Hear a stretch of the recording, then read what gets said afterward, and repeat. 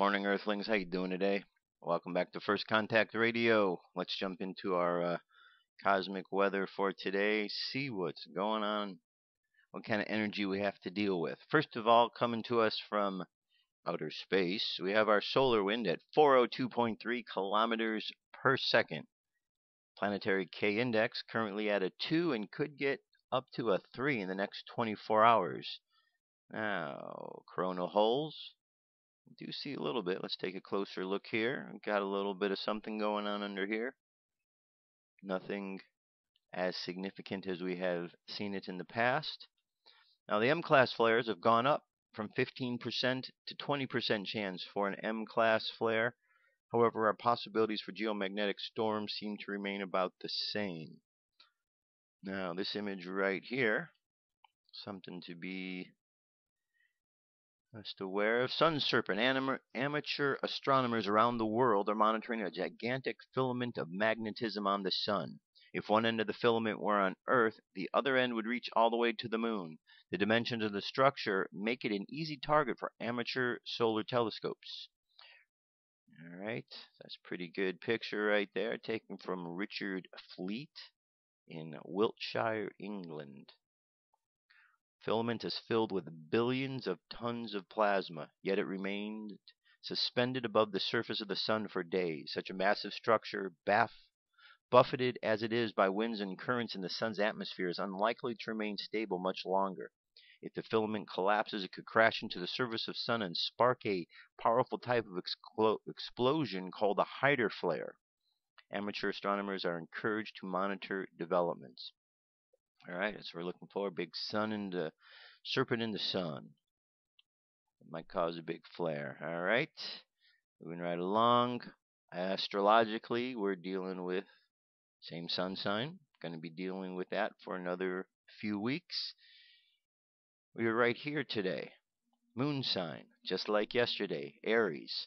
So we've got a sun that is fire because the element Leo. And we have the moon, which is in Aries, which is also a fire sign. So we have creativity on the outside, we have pioneering efforts on the inside, and so a lot of good stuff, a lot of good opportunity to charge forward. The thing just to be aware of with Mars is and the god of war. So the energy, therefore, around Mars, which is associated with Aries, is an energy that can be very warlike if not channeled properly. And this is what we're dealing with unconsciously. Unconscious is what's beneath the surface.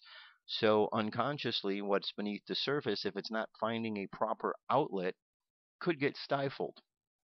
So that can bring frustration and anger, just something to pay attention to. We're also coming out of the end of our Mercury retrograde. Tomorrow we go back direct. So things should start to clear up a little bit, and those ideas that you have inside, you might find a little bit more clarity and focus to them as today progresses on and we get into tomorrow and so on. All right? Now, moving from there to our moon phase, 70% of the way full. And on our Mayan Oracle, we've progressed to a 6-tone day. What do we know about 6-tones day? On 6-tone days, the kin in the middle, the day kin, and the guide are the same. On 1s, on 6s, and on 11s. These two are always the same. So today, the symbol is the monkey. So today, the 6 is called the rhythmic tone of equality. So today is called the rhythmic monkey, guided by the monkey. Okay, and our 6th tone here correlates with the 6th position on this wave spell, the wave spell of the World Bridger. So as you can see with the systems that the Mayans developed, and then as Jose Arguelles took and advanced that information onward, you can see there's many depths and layers of understanding. Okay, today the monkeys, you ever see the Lion King? You got the monkey in there, Rafiki. That's what I think of the blue monkey. Kind of like that shaman, magical creature. Alright? The supporting cast around here, you got the dragon, you got the star, and you got the dog. Phrase for today is I organize in order to play, balancing illusion. I seal the process of magic with the rhythmic tone of equality, and I am guided by my own power doubled. On the Gregorian calendar, it is Tuesday, the 7th of August, 2012. All right. All right. Okay, very first piece for today has to do with psychology. Psychology, what our minds think. Because everything and so many things that occur down here are psychology. And when we begin to explore the psyche, we begin to understand a bit more about why humans act the way in which they act. It's all pretty basic. Emotions affect, and these emotions go in and they affect the human being, and the human being affected by these emotions acts in certain ways. And there's a wide variety of emotions. So through the course of understanding better how our psyche deals with these emotions and works them out will help us to understand what's going on in life. There's a lot of steps to it. So therefore, this is Psychologists Speak Out. Now, this is addressing the particular topic of 9/11. However, there's a lot of issues in the world today that you could take the same information and you could apply it to. We're talking about psychology of situations here, and there's a lot of psychology people need to be aware of, because a lot of people in this country and around the world are being fooled because they've allowed somebody else to dictate how their psyche works. Listen to this. I'll be back.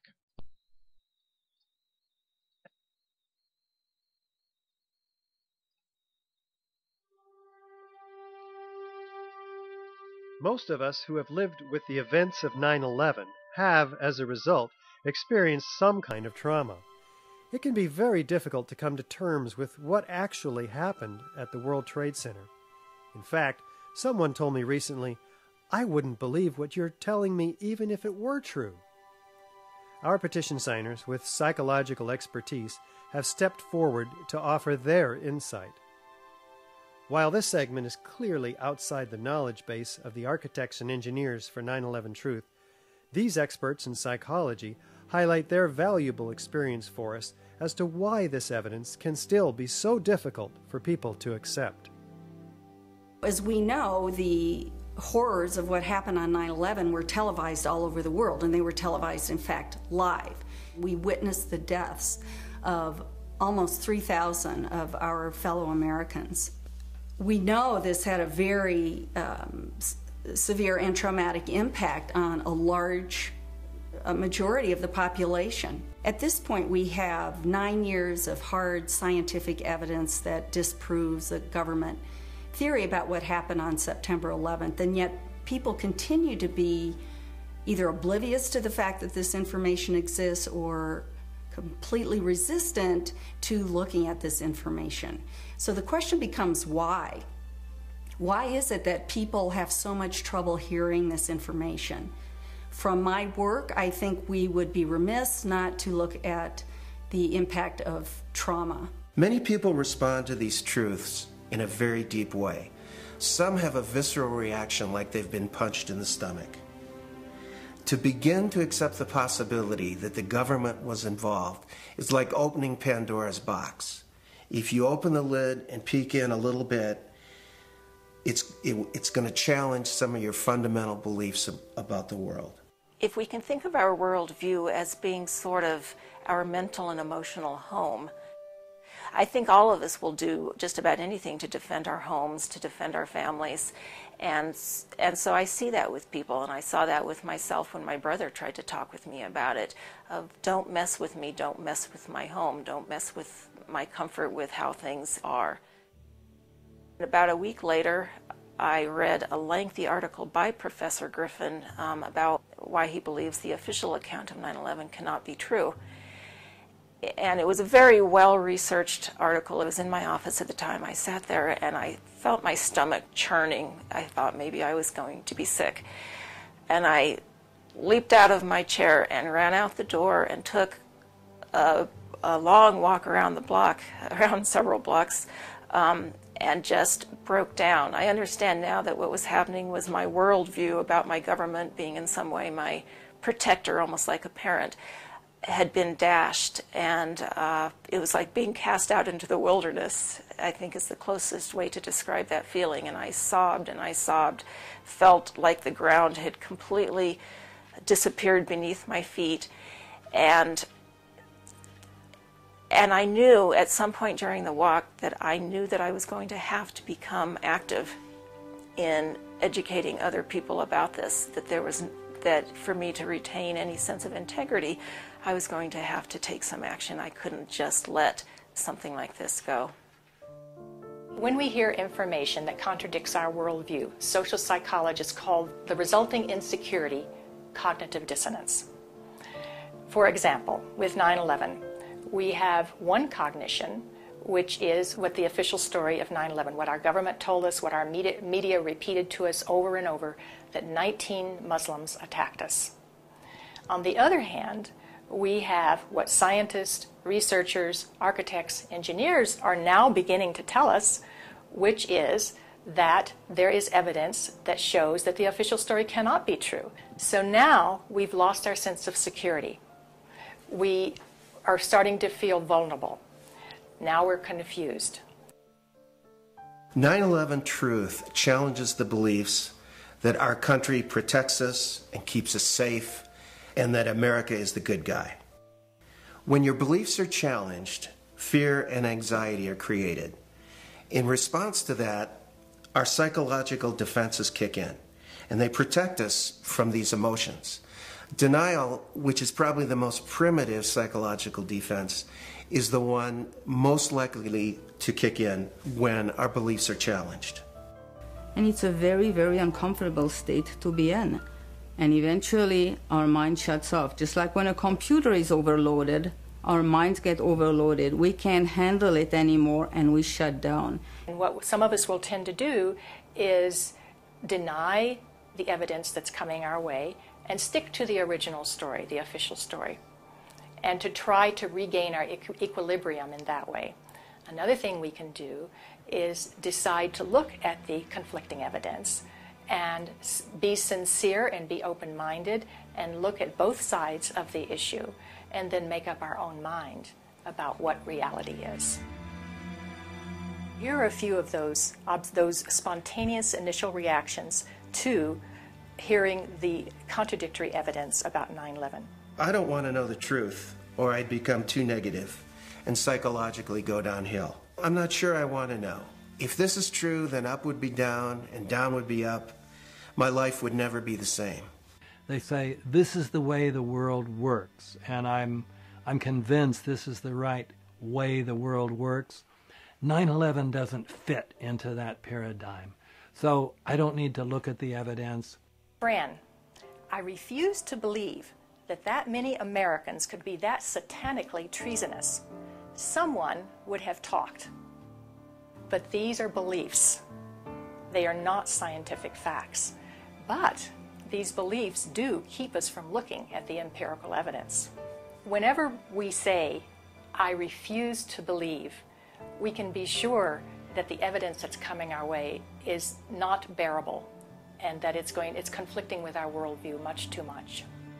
As I thought about all of these responses, I realized that what is common to every one of them is the emotion of fear. People are afraid of being ostracized, they're afraid of being alienated, they're afraid of being shunned, they're afraid of their lives being inconvenienced, they'd have to change their lives, they're afraid of being confused, they're afraid of psychological deterioration, they're afraid of feeling helpless and vulnerable. And they're afraid that they won't be able to handle the feelings that are coming up. None of us want to feel helpless and vulnerable. Healing comes through facing the truth, experiencing it, allowing the feelings to come in, so that if there are feelings of fear that perhaps these events were caused by something that we haven't thought about yet, dark elements within our society, for example, we'll let that come in and explore it. Let the light shine on whatever happened. This will be the most healing process. The Germans did this after their war. The South Africans did this after apartheid.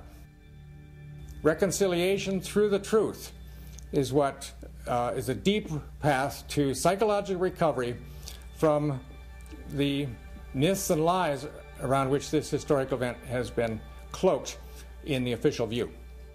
One of the ways to deal with the trauma is to find the answers. That's why I think it is of such importance to have a comprehensive investigation. To work together to expose what happened, regardless of where the evidence takes us. That's what we expect in our state government, law enforcement. I think that by putting science together with the law, we will have a psychological healing around the impossible cognition that has been produced on that day. After World War II, part of the way that Jewish people honored the dead was by making sure that the truth was known and that the value of these people was respected. Not pursuing the truth about 9/11 disrespects the value of the life of the people that died. Thinking that we're above such things, that it could happen in other countries, but it couldn't happen here, that's a lack of humility, and that's excessive pride. And so not being able to see our dark side or our weaknesses is the most dangerous thing. A feature of American history that makes us particularly liable to this pride is this notion that's called exceptionalism, that America is the exceptional nation. And that began from the beginning. As this country was formed, the people would say, well, there was so much evil in the European country, so much cheating, so much lying, so much using the people for the ruler's purposes, but not in America. We have leaders that are free from those sins. So I think this has made 9/11 particularly difficult for Americans. So we need to understand that questioning is patriotic. Questioning is what we're supposed to do as citizens. That's our duty. One thing that has become important for me personally is to educate myself, is to take responsibility. There's that wonderful quote from Mahatma Gandhi where he said that we must be the change that we wish to see in the world. When we come to the national level, when something like 9/11 happens, we need to be sure that we have a real investigation into who the perpetrators are, and then we need to be sure that those perpetrators are held legally accountable. It's part of the healing process on the individual level as on the collective level. We need the truth in order to heal.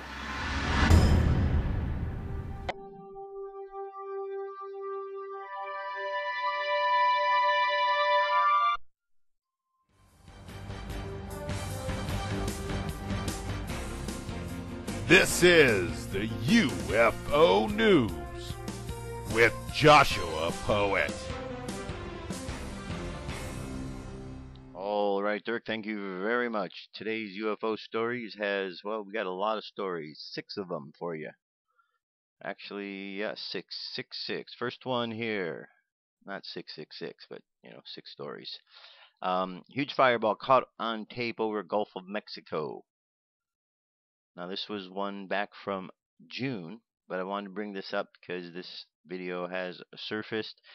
Giant fireball diving over the Gulf of Mexico. Take a look at this here. And let's see what we're going to have. It should shoot across. There we go. Alright, what was that? What was that was captured? Don't know, but here it is again. Alright, story number 1. UFO, asteroid, fireball, what is it? Next one here. UFO activity over Toronto, Canada. This is from this month. Let's take a look at what we have here. If you can see down Okay. there. Oh my God, I got them. Those There we are go. UFOs. You see Right the here. UFOs. You There we see go. how they're moving apart. Look at them blinking. Those are UFOs, Facebook. Those are UFOs. Okay, so we got, there's another one up here. We got one up here. We got a couple of down here. You see those two? Do you see them? There we go. Those are UFOs, Facebook. Those are not planes. Okay, so there we go. There's a couple of UFOs right there. Watch the video, and the link's available. Now, this one's called Melbourne HAARP UFO caught on video. It says UFO video posted to YouTube claims to show an unidentified flying object somehow connected to the mysterious HAARP project, fluttering crazily through the air in the sun-drenched skies over Melbourne, Australia. Whether this object can be explained away with conventional theories or not, it's one of the strangest UFO videos posted on the web. The silvery, shimmering craft floating through the air is not filmed with the highest quality camera, and the video suffers from usual herky-jerky camera work as the lens is zoomed in and out. But no matter the quality of the camera, it is the UFO itself which is hard to explain. What is this thing? Well, let's take a look at this here. We have a video. Okay. Alright, well, here we go. Alright, look at that. That's pretty interesting the way it is fluttering like that. Very interesting. Yeah, I don't think I've seen one quite fluttery like that. Pretty interesting. Alright, the link's available for you to check it out. See what you think about that.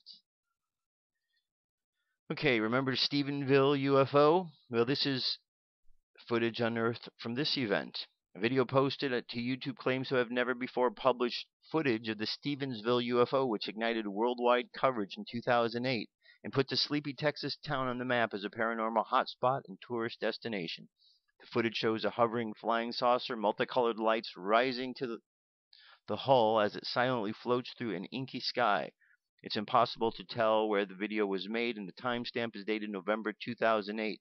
The sightings, which caused a worldwide furor, happened mostly in January.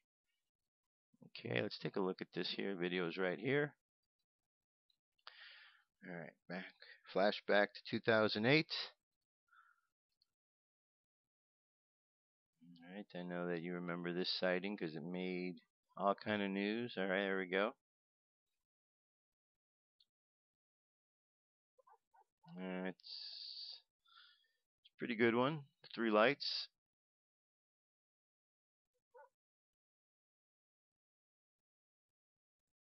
Interesting. Looks like it's passing by some trees. Alright.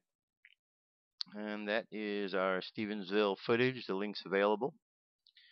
Alright, this one's a new documentary. To make you aware of, UFO documentary examines thousands of government documents on UFOs, aliens, and UFO crashes. Alright, and alien beings. It explores the MJ-12 documents and discusses the IPU, Interplanetary Phenomenon Unit, of the military and much more. These are people that question the authenticity of the MJ-12 documents, which is simply typical skepticism and debunking. What would really be amazing would be if the U.S. government did not form a blue ribbon panel to examine the UFO phenomena. It would be only a matter of time on how and when some majestic 12 papers would make it into the public arena. The film will be placed. You're going to be able to find, I have a documentary page here, which will have permanent residence on the top menu bar of the site. You're going to be able to find a link right from the page with all the other UFO links. So this is a 45-minute piece, and watch it. It's very insightful. All right. And last here, we have Mars Rover Curiosity lands safely. Sends back pictures of the Martian surface. Mars Rover Curiosity landed safely on the surface last night. Scientists are hopeful the rover will prove that life did at one time exist on Mars. Of course, this is a very big deal. Okay. Let's see what we have here. This morning, and Curiosity is a smashing success. The NASA Mars rover touched down this morning right there on the red planet, a daring mission with more to come. The landing capped a journey that lasted more than 8 months and covered more than 350 miles. Now the small craft called Curiosity will begin the work of answering some of the biggest mysteries of space. And for the scientists behind the mission, look at that. The landing was a moment of pure joy, a thrilling conclusion to... All right. Looks like we got a few glitch technical stuff. Let's zip forward here.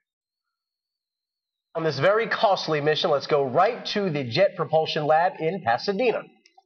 ABC's Clayton Sandell is live at the Nerve Center for this mission. Clayton, good morning, and can you give us an idea of how complicated this landing was?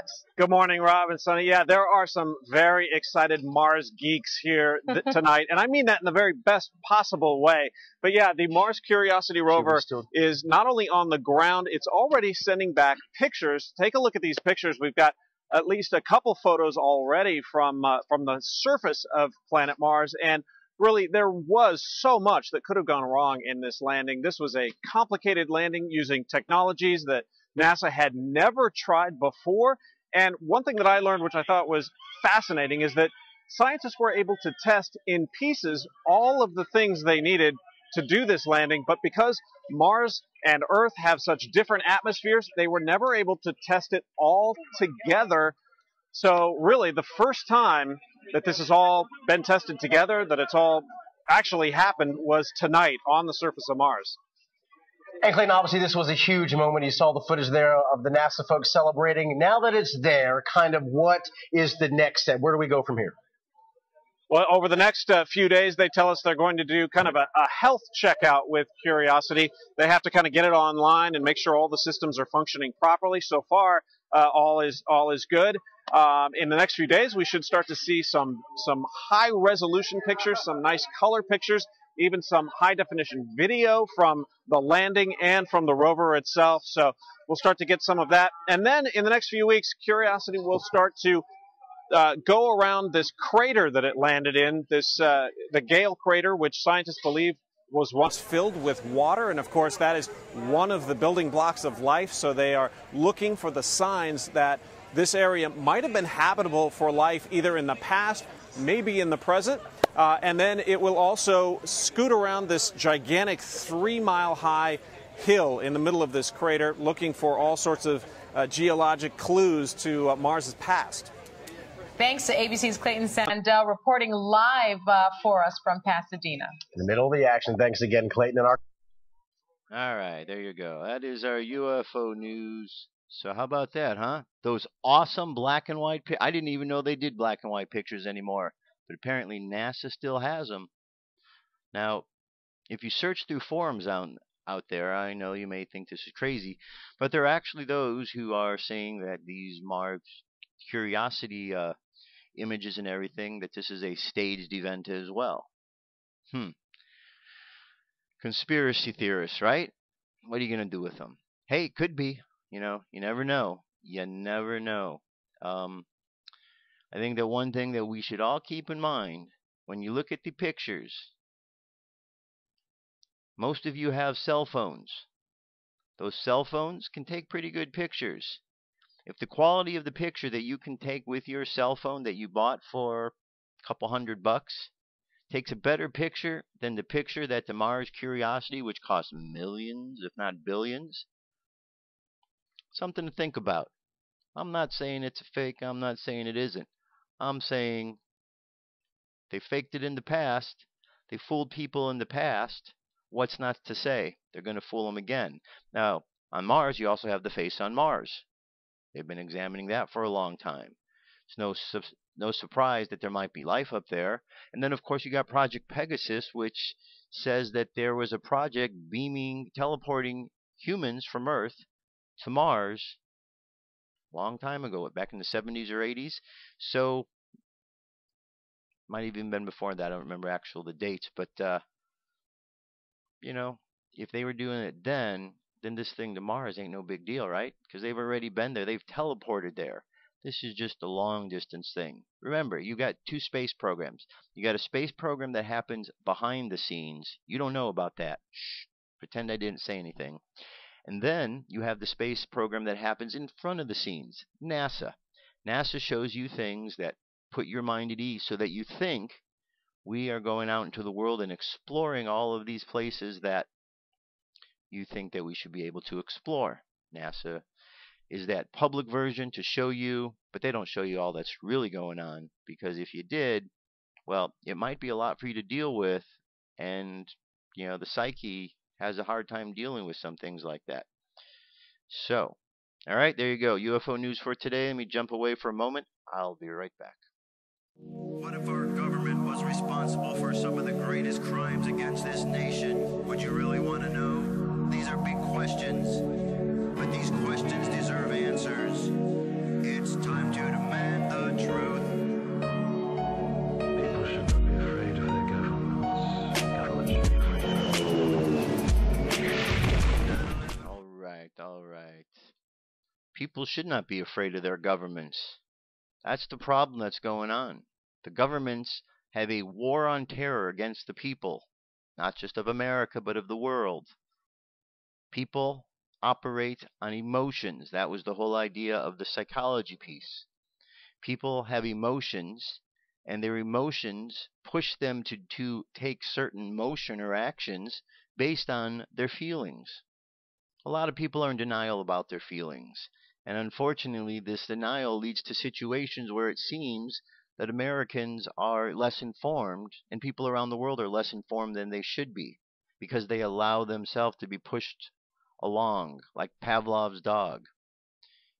There's a lot of be nice if a lot more people were really awake and weren't in such denial, but it all goes back to psychology. And there are those out there in the government, believe it or not, that have been spending a lot of time studying psychology. And they have spent many years working on the principles of psychology, how to push your buttons. And guess what? They know how to push buttons of the public very, very well, and they do it every day. And they use the media to assist them in the process, and people buy into the lies every day. So much so it would seem that we live in a country filled with stupid people.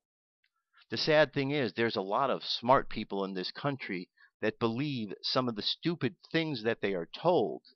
So instead of believing all the stupid things you're told, here's two words for you. Fact check. Fact checking. Anything that is talked about out there, you can go and check the facts. It's not really too difficult. And many of you listening to the show already do check the facts. But you also know many folks who don't check the facts. They listen to the mainstream news, tell them what's going on, and they never bother to check. They put on the news channel and Fox is telling a story about Wisconsin in the middle of winter and people fighting at the protests out there. And then when they show you the image of the people fighting, there's palm trees in the background. And you think, well, how could there be palm trees in Wisconsin in the middle of winter? There isn't. Or when they tell you that they're in Greece and behind it you see that they're in Egypt. Or when CNN is on and they're faking shows with Cooper Anderson and on and on. Every station does it. They lie to you. They push your buttons. And the more that you keep letting your buttons get pushed, the more they're going to push them. Because they fooled you once. They fooled you twice. They fooled you 3 times. They fooled you 4 times. And the fooling is going on and on. We're well past the point of being fooled more than adequate. So, time for people to really pay attention out there, because there's too much lack of information going on, and there's too many smart people.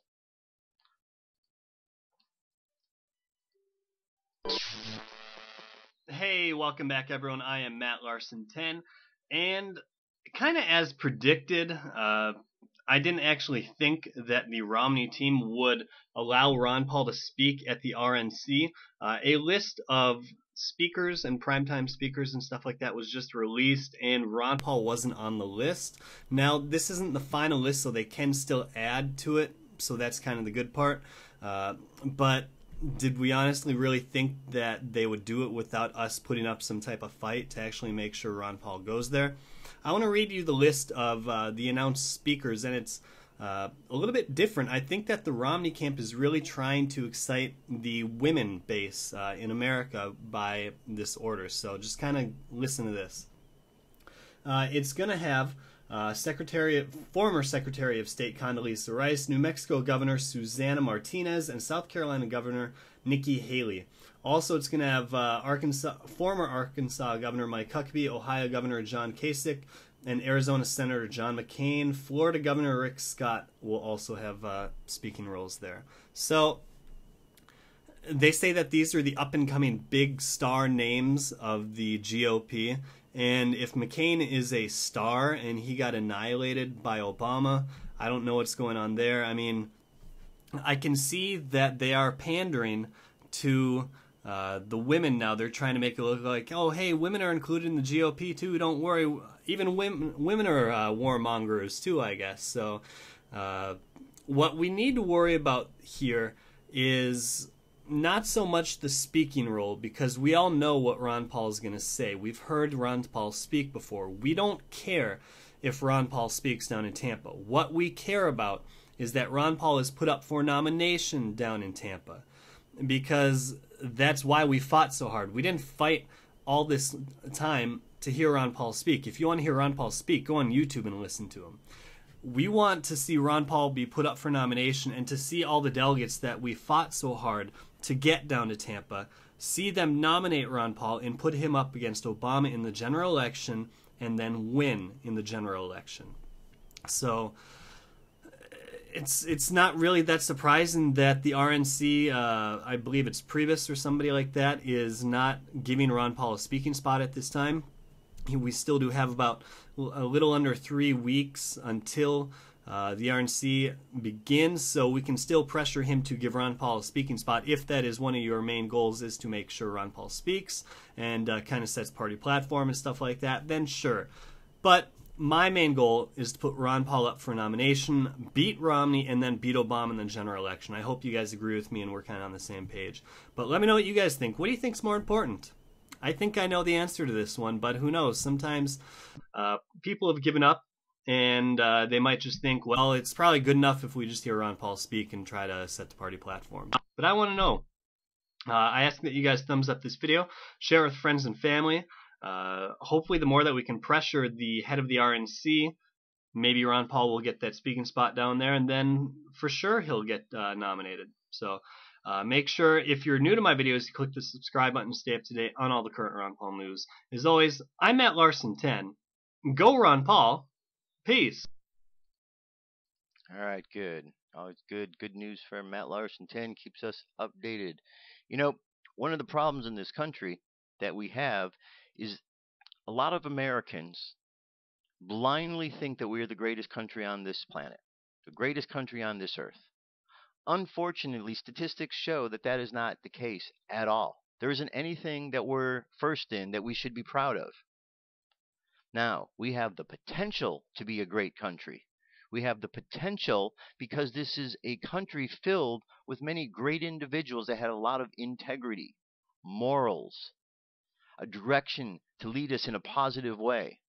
However, the reason we're not a great country is because we allow leaders that are clowns and warmongers to be paraded before us, not just warmongers, war criminals, to be paraded before us in leadership roles.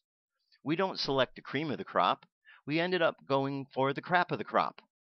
And if we would actually step away from that, we would find that we have plenty of people who would step up that are great leaders in this country, and not the crap that they throw before us. Not the Obamas and the Romneys and all the other nonsense that they're trying to push, because it's just all crap. Okay? Wake up, people. There's a lot of good people in this country, millions of them.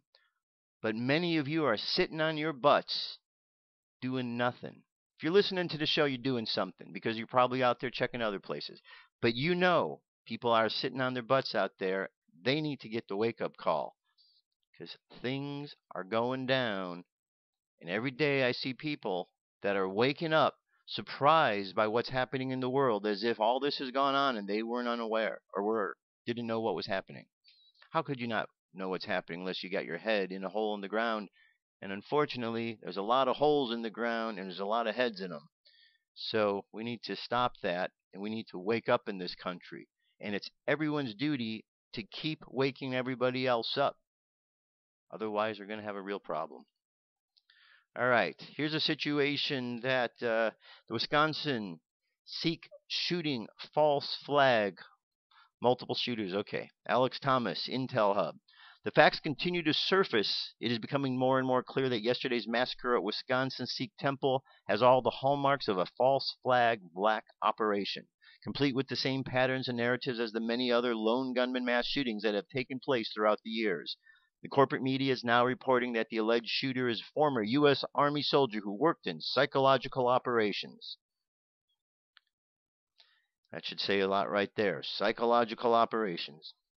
U.S. investigators were hunting for answers on Monday after a former Psy-OPs soldier attacked a Sikh temple in Wisconsin and killed 6 people before he was shot dead by police. Officials identified the slain subject as Wade Michael Page, 40-year-old white male formerly attached to a U.S. Army base at Fort Bragg, North Carolina, as a psychological operations specialist.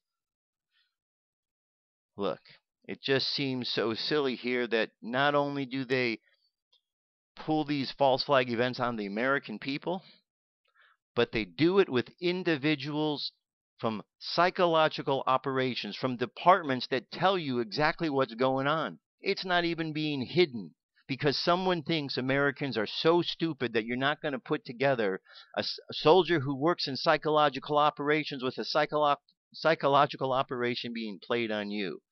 Again, think back to the piece on psychology at the beginning of the show. People are pushed by their emotions. This emotion of fear is hurting you and your family out there. Wake up. Wake up. Wake up. Things are getting bad and people are still asleep at the wheel. All right. And one of the things I don't think it's going to get into mention here is about one of the victims being the father of a filmmaker who's about to release one of the biggest disclosure movies. But then again, why would they tell you that, right? I don't want to tell you about disclosure. Okay, here's an interesting thing, Olympics related. London Olympics, Cameroon athletes abscond. 7 Cameroonian athletes have absconded while in Britain for the Olympics, officials say. The 7, including 5 boxers, are suspected of having decided to stay in Europe for economic reasons. Reuters news agency reports a reserve goalkeeper for the women's soccer team, Drusil Nago, is the first to disappear, the agency quoted Cameroon's Olympic mission as saying. In June, an Ethiopian torchbearer also disappeared. He went missing from a hotel in Nottingham. What began as a rumor has finally turned out to be true, Team Cameroonian mission head David Ojong said in a letter sent to Cameroonian Sports Ministry.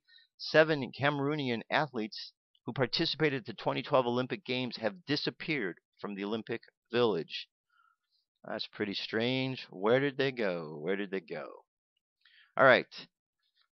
Talking a little bit about psychological operations. Here is another piece for you. Good information here. There you have it, America. India blames White House for shooting.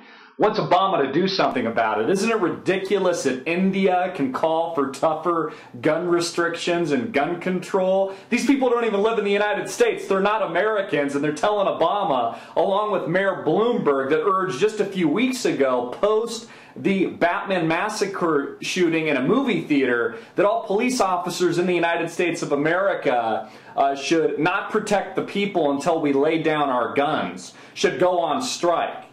So if you thought that Obama wanted your guns and you were maybe unsure about it, this should drive the final nail in the coffin to give you a 100% degree of certainty that this president wants your guns. In fact, that's exactly what he's looking at today. He's looking at getting rid of assault weapons, AK-47s, these kinds of things. But isn't this interesting? The weapon used in the Sikh shooting, which they say was religious motivation and was religiously motivated because he's a Nazi white supremacist. You know, all these people are, you know, white guys, domestic terrorists that we need to be afraid of now, only use a single semi-automatic handgun, according to the reports I read. So Obama wants to ban assault guns and these assault rifles and these AK-47 equivalents, then why not just take it a step further and ban all guns? In fact, a Chinaman went out, and a Chinese gentleman went out and killed a bunch of people last week with a knife. So does that mean we should get rid of knives?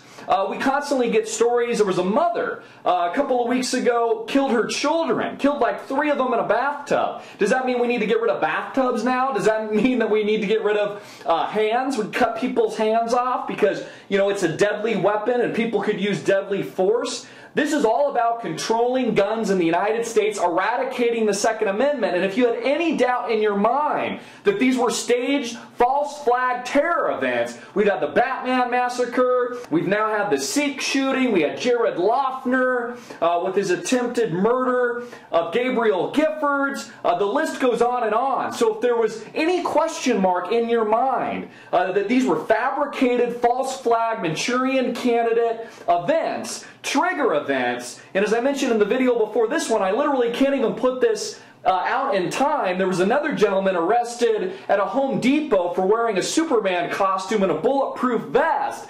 This is the Manchurian takeover of guns in the United States of America. Obama himself saying this is happening with too much regularity, and that we've got to do something about it. And Bloomberg blasting, tyrannical dictator Mayor Bloomberg blasting the Obama administration and Romney for being silent, in his opinion, on the issue. They're coming for your guns, America. They're coming for your liberty. They're coming for your freedom. And it's exactly why they're triggering all these psychopath killers right now. Remember, it all goes back to the timing. The timing. What's the motive? The UN disarmament treaty is in the works right now. It was shelved a couple of days ago on a Friday, late on Friday, but only needs a 2/3 vote to pass. You have no say in it, America. Just like you didn't have a say post-September 11th with the invasion of Iraq and Afghanistan.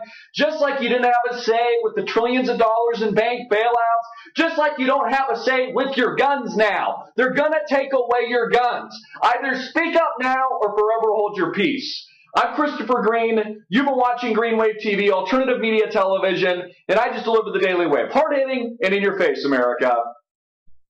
All right, good news there. Well, good report. But come on, folks, wake up. Look, these stories are happening out there every day. People don't need to get smacked in the face with this information. You should be able to think for yourselves to understand and see what's going on here. Unfortunately, a lot of people don't. But again, I always go back that if we took this information here and we did a 1-hour television episode, people are so conditioned to television of figuring out by the end who done it. Take this same information, put it in a 1-hour TV episode, and I would guarantee that most people would understand who done it by the time they got to the end, and they would know the real bad guys because they would see. Apply that same knowledge, that same learning you have when you watch TV to what's going on in your life around you. Take a little interest there and watch, America. Watch what will happen. You'll actually be moving in a direction in a much more control with your life than somebody else controlling it. Now, here's something that's is not joining Facebook a sign you're a psychopath? Well, some employers and psychologists say stay away from social media is suspicious. Now, how about that, huh? Facebook has become such a pervasive force in modern society that increasing numbers of employers and even some psychologists believe people who aren't on social network sites are suspicious. The German magazine Der Tagesspiegel went so far as to point out that accused theater shooter James Holmes and Norwegian mass murderer Anders Behring Breivik have common ground in their lack of Facebook profiles. On a more tangible level, Forbes.com reports that human resources departments across the country are becoming more wary of young candidates who don't use the site. The common concern among bosses that a lack of Facebook could mean that the applicant's account could be so full of red flags that it had to be deleted. Slate.com tech reporter Farhad Manju wrote in an advice column that young people shouldn't date anyone who isn't on Facebook. If you're at a certain age and you meet someone who you're about to go to bed with and that person doesn't have a Facebook page, you may be getting a false name. It could be kind of a red flag. Oh my gosh, listen. This is to the young people out there. Young people, if you're watching the show, thank you very much. Inform your friends that aren't paying attention to this kind of stuff. This is propaganda aimed at you. They're aiming it towards the young generation because they're already pushing all of your buttons in school. They're aiming it to you because they actually think that you'll buy into this. They want you to go to Facebook and sign up so they could monitor all of your activities. And when professors say stupid things like this, there's only one thing I could say to these professors, and that would be,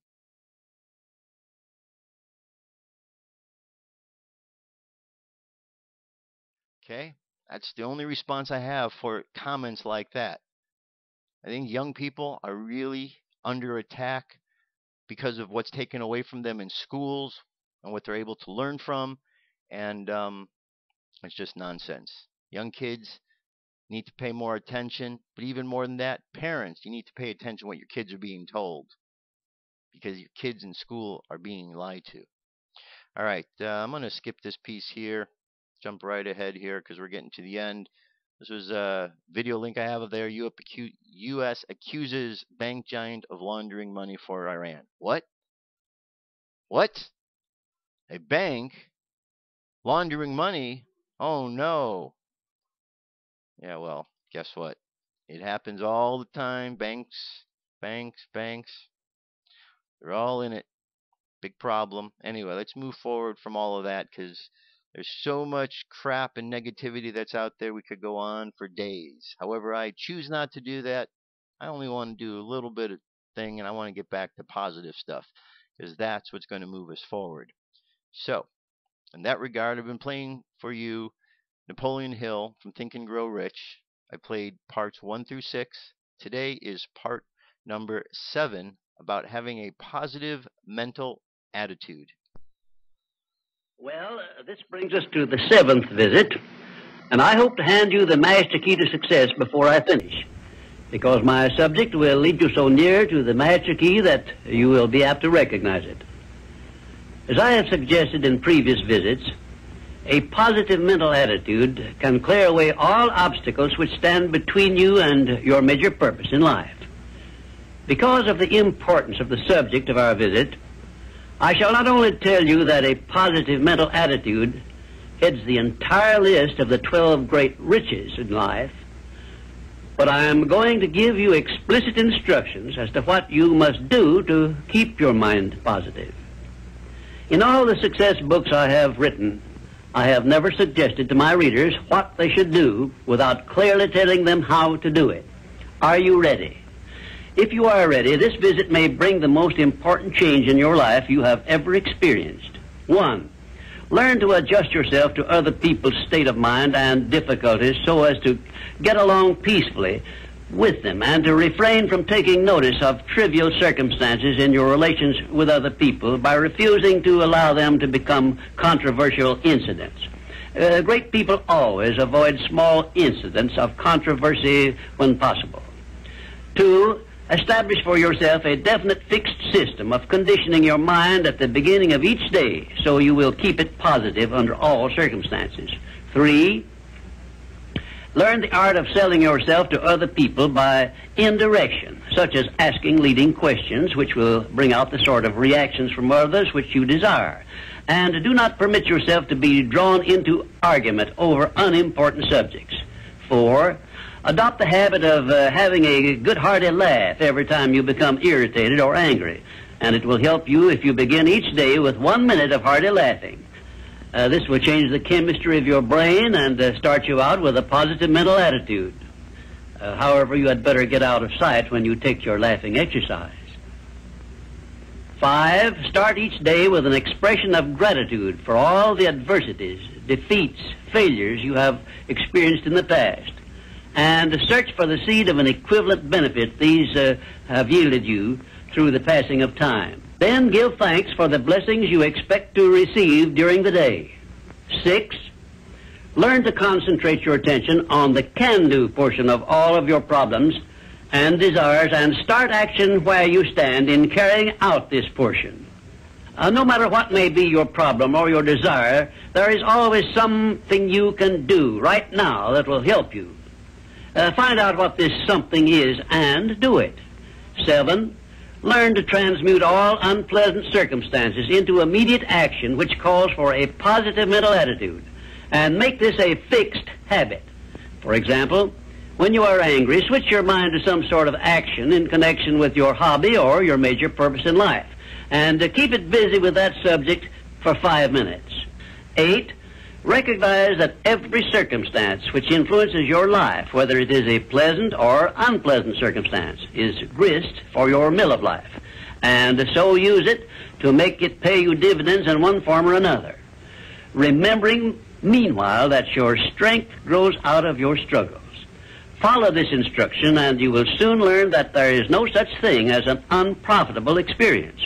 9, look upon your life as a continuous process of education, of learning from all your experiences, good and bad, and to be always on the alert for gains of wisdom which come to you a little at a time in both your pleasant and unpleasant experiences. 10, make the world over to fit your own pattern if you choose, but begin with yourself in some sort of self-improvement which will make you more open-minded, patient, and generous in your relations with others.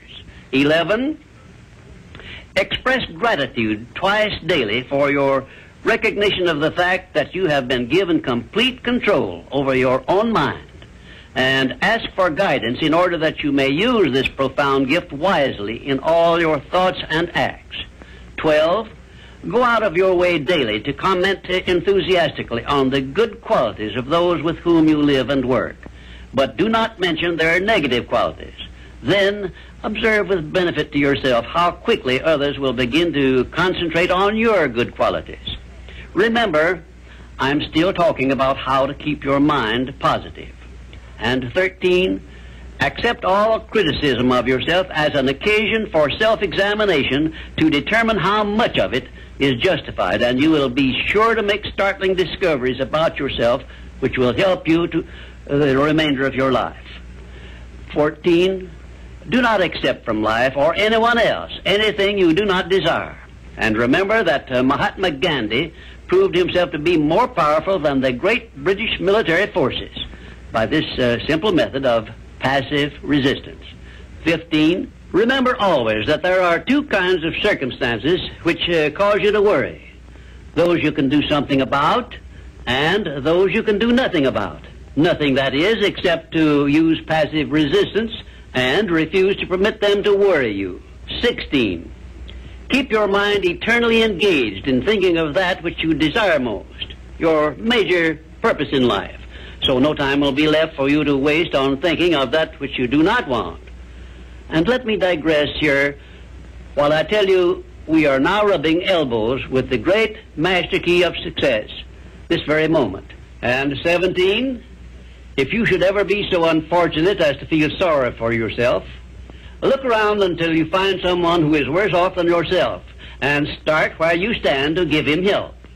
Make this procedure a habit, and you will witness one of the great miracles of life, because that which you do to or for another, you do to or for yourself. And 18, choose some person whom you consider to be the sort of person you would like to be. Then go to work and emulate that person in every way possible. Great people have always been hero worshippers, but they pick the right sort of people to emulate. 19, cultivate your tone of voice so that your words have a pleasing musical sound. And remember that the sound of your voice is an open window through which other people look into your very soul. It will be a profitable investment if you will get a tape recording machine and record samples of your voice daily while you practice the art of expressing yourself through a friendly sounding voice. If you are engaged in selling, this practice will quickly pay off in monetary dividends. 20. Last, but by no means the least, write out this sentence and paste it in a prominent place where you work and on a mirror where you see yourself in your home. Whatever the mind can conceive and believe, the mind can achieve. Remember also that you are the only person who can provide you with a positive mental attitude.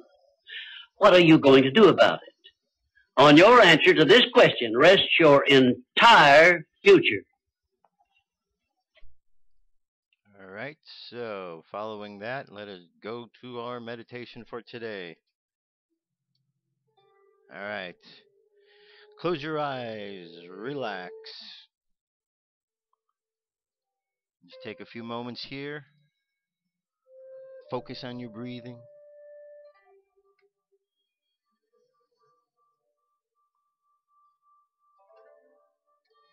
All right, now, imagine the biggest thing you want to accomplish in your life. No matter how great it is, imagine yourself accomplishing that. Seeing yourself there, having achieved the success that you desire. Now, from that moment of that success, imagine that, like a movie, rewind is hit, and watch as the movie plays itself backwards from that moment of success all the way back to where you are right now. And after watching this movie play backwards, leading to where you are now, you realize that this path leads exactly where you want it to go. And knowing so gives you the confidence to keep moving forward. And as you continue to play this movie backward and forward in your mind's eye, you strengthen the awareness of what it is you need to do and how you need to get there.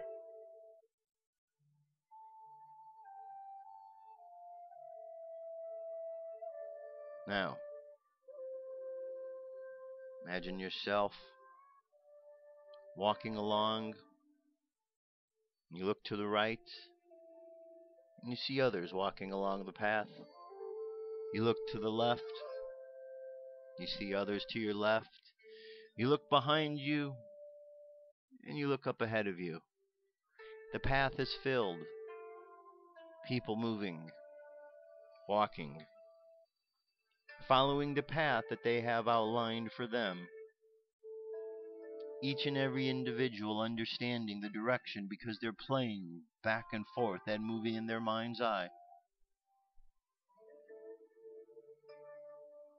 And because of this understanding, there's a look of confidence on the faces of everyone you see. And imagine what that feels like, the confidence of knowing you are moving in the right direction, on the right path. And just hold this vision of your success in your mind's eye, knowing that whatever you can conceive and believe, you can achieve. And from that place there, let's just imagine sending out love and positivity into the world to each and every individual to assist them in achieving their goals. And at the same time, know that energy is being sent to you from others to help you.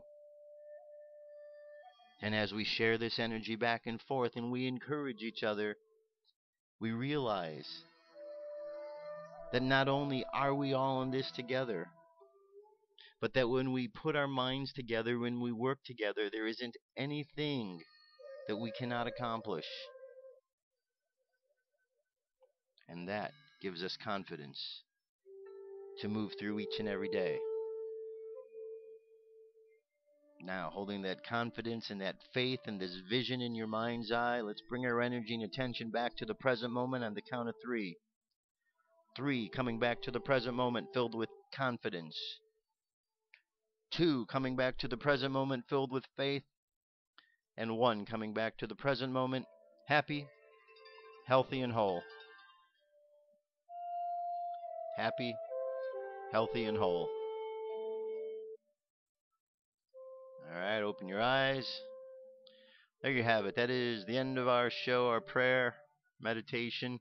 Go into the world today and make a positive difference. Just one little thing. One little thing is one step closer. One little thing is one moment less. One thing is all of it takes. And if we all just do one thing every day, millions of us around the world doing one thing to make this world a positive place, imagine millions of positive things being done every day. Imagine how that would change things. I'll be back tomorrow with more news information. Keep thinking positive. Have a great day. I'll talk to you soon. Peace. I'm out of here.